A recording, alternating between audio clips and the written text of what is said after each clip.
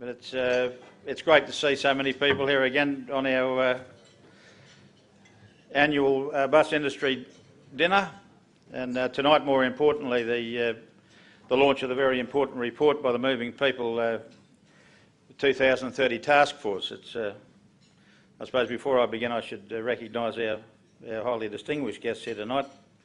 We have the Federal Minister of Infrastructure and Transport, the Honourable Anthony Albanese MP, the Honourable Warren Truss, sitting over here to my left, MP, Shadow Minister for Transport and the Nationals, and Warren, thanks for coming tonight. There was some in the organisation who are a bit offended with some of the comments I've made in the past. As you and I have discussed it personally, there's certainly never anything personal. It's all fair and love and war, mate. So we do what we do, and we need to try and influence you and the party to get on board with where we're going. So, Senator Lee Rhiannon, the Senator for New South Wales and the Greens Transport Spokesman, a special welcome to Lee. Mike Murdoch, Secretary of the Commonwealth Department of Infrastructure and Transport. Probably should be the Federal Department of Transport, Mike. We've spoken about that before, but that's all right. And Ord Eklund, the Executive Director of the Major Cities Unit. And of course, all of the representatives from the Moving People 2030 Task Force, all of our partners here tonight. I'll start by saying, Minister, you really need to be commended for the work that you've done in the portfolio that you've had over the last few years. The government's done more than, as Michael alluded to before, more than any other government in the history of the country to recognise the challenges that face Australian cities and the role of public transport that we have to play in making the knowledge centres, which are the drivers of the economy, our cities. We don't want them congested and livable, and that's what your policies have been about. The current government's on the right track, but you know, as the report says, when you get a chance to study it in detail, then more needs to be done, and that's what the launch of this Moving Australia 2030 is all about. It's a transport plan for a productive and active Australia. It's the next step, providing a very clear opportunity for all of the political parties to announce and deliver a plan, policies and programs that will manage the issues of population growth and an ageing population, traffic congestion, environmental challenges, and of course the livabilities of our cities and regions into the future. The task force report makes a wide range of recommendations, you know, but I'm very keen on one of the particular recommendations, and in my view the need for a specific minister and portfolio that puts the national government at the head of how we plan our cities and regions. It's a portfolio across policy areas and jurisdictions. It's a portfolio about how we manage our land use and to make sure an integrated approach to transport and land use planning underpins the future of our cities and regions. Their livability and the retention of living standards that make Australia this fantastic country in which we live. We're not trying to do you out of a job, Albo. That's not the purpose of the thing, but transport and infrastructure alone is a massive portfolio, let alone picking up the planning and urban issues that you've begun to do since you've been in government. The work that you've done in this relatively barren policy space for federal governments of any persuasion has been groundbreaking. But in our view, and the view of the report, is that the job is too big for one minister. The Federal Department of Infrastructure and Transport's 2012 State of Cities report highlights that governance is a key challenge for the nation and the future of our cities. The COAG Reform Council review of capital city strategic planning systems highlighted the need for intergovernmental cooperation on cities, on the issues to help all levels of government implement effective strategic planning systems. The Infrastructure Finance and Funding Reform Report stressed the importance of improving planning, a deeper pipeline of projects and funding reform. The Productivity Commission National Study of the regulatory role of local government identified that implementing and enforcing state laws rather than local laws is dominating the local government's regulatory workload. And of course the 2012 federal budget included a framework for the second phase of the National Building Program, the MP2, which will run from 2014 to 19 and help deliver on the goals and objectives of the National Urban Policy. All of these are good reason to seriously consider the future governance arrangements for federal, state and local governments to address the development of our capital cities, our major cities and our regional centres. It has to be more than just about more roads and transport infrastructure. That's where Warren and I have had our discussions in the past. Infrastructure is important, absolutely vital in fact, but it needs to be delivered within an agreed planning and land use framework that is holistic and will deliver international, competitive and livable cities and regions by 2030. This task force report provides a comprehensive suite of ideas, policies and programs to deliver this, starting with the Federal Minister and a portfolio to lead the way. And while we're speaking about governance, the role of Infrastructure Australia must be beefed up in our view as well, and it's the task force hope that all political parties agree and announce this prior to the election as a foundation of their transport and infrastructure program and deliver after the election.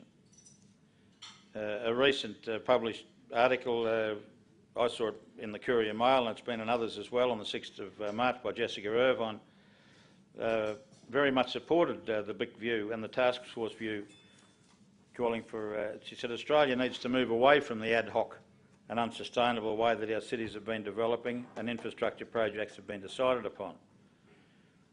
She said in the article, at present Infrastructure Australia has no power to assess projects unless state or federal governments have submitted them for costing, meaning, for example, it has no official view on the second Sydney airport, and it has no official view on the high-speed rail or the right modal option for rapid transit corridors. It seems to, where light rail seems to be the flavour of the month at enormous cost.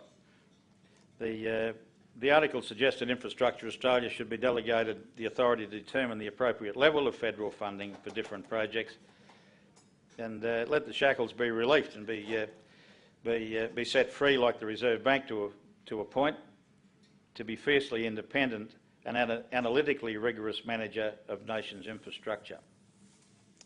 So if we're going to get to Australian cities of the future right, we require national leadership, and that in our view means getting the governance right.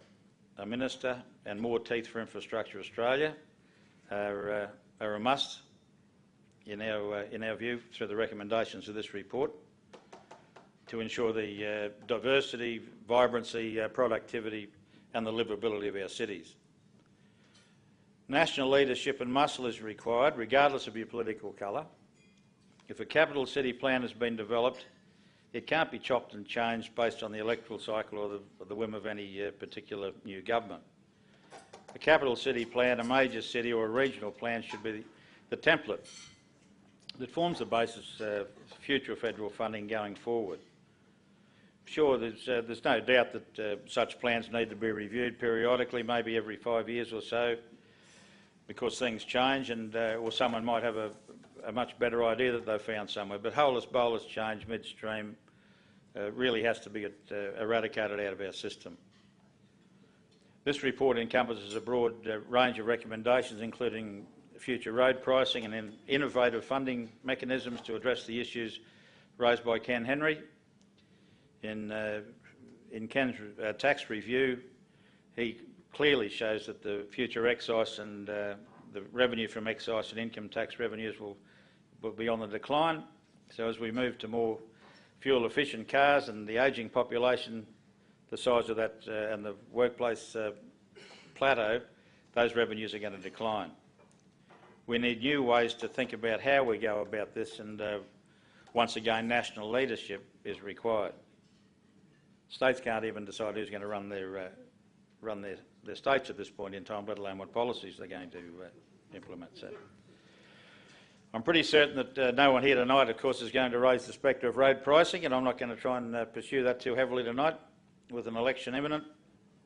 But there's a need for a national conversation, a mature national conversation, and we need national leadership again to meet the revenue, the future revenue and funding challenges that there's no one in this room that understands. We all know it. We know it's going to happen, so we've got to address it, and this is the time to start. The report recommends a national active transport strategy that encompasses walking, cycling and public transport that will not only deliver congestion reductions but improve Australians' overall health. And we'll hear a little bit later from Rob Grenfell about that.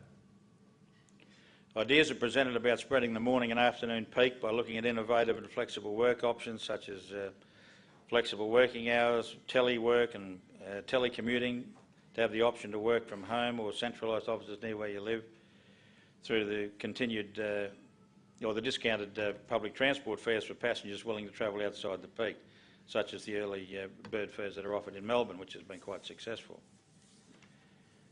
And the report and its recommendations certainly in our view are a significant and timely contribution to the national discussion on the viability of transport networks and their integration with land use planning within our urban settings and the places and spaces, regardless whether it be regional or rural, that we live.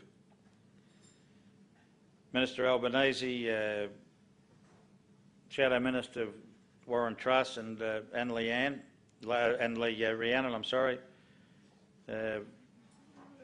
we commend this report to you and hope that it's going to assist each of your political parties' deliberations in regard to your policies and the programs before and after the election. I must say that we're delighted with the reports and the recommendations have been received beyond our wildest dreams. In fact, the national coverage that we received in the media today, only the Pope beat APSI, I think, on this evening, but he may be on again tomorrow. So it's out there now. It's been received well by the media. There'll be a continued enthusiasm from the media, and we're going to pursue that, let me tell you, up to the election and well and truly beyond. So on those notes, I'd like to ask Minister Albanese to the podium to say a few words and officially receive the moving Australia 2030, a transport plan for productive and active Australia report. So thanks very much everyone for coming tonight, and please join with me in welcoming Albo to the stage. Thank you.